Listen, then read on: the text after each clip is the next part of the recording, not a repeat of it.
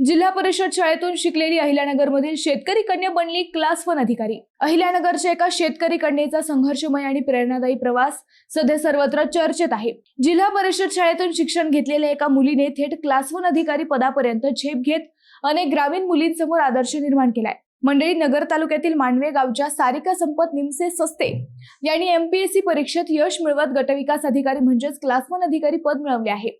विशेष म्हणजे त्यांचा हा प्रवास अत्यंत खडतर परिस्थितीतून झालेला आहे।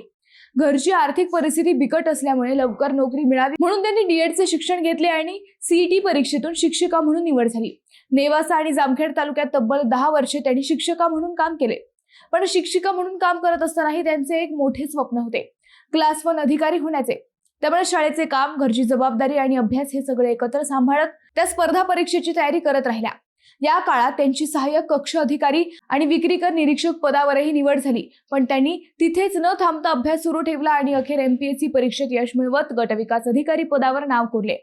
मंडळी, अहिल्यानगरच्या लेकीसाठी एक लायक तर बनतोच,